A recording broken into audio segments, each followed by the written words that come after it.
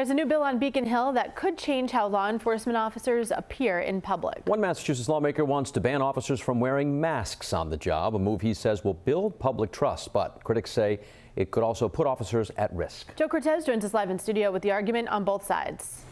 Well, Kate Patrick, Democratic State Representative Jim Hawkins' proposed legislation would ban law enforcement from wearing masks or disguises while on duty, and this comes in response to complaints about ICE agents using face coverings during immigration arrests. Now, the bill would require local, state, and federal officers to display names and badge numbers, with the exception for SWAT officers who use protective gear for safety. ICE officials are pushing back, calling Hawkins a, quote, sanctuary politician, and argued that masks protect agents from threats and doxing. Now, violation of the proposed law would be a misdemeanor. Assistant Secretary Tricia McLaughlin, who is part of overseeing ICE operations, said immigration agents are facing a sevenfold increase in physical attacks, and the disguises are there for their protection. But Representative Hawkins says rebuilding public trust is key.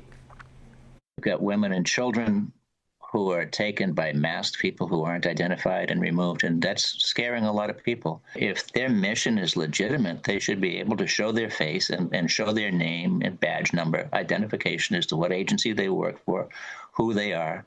They do in every other circumstance. I don't understand why there'd be any that they shouldn't.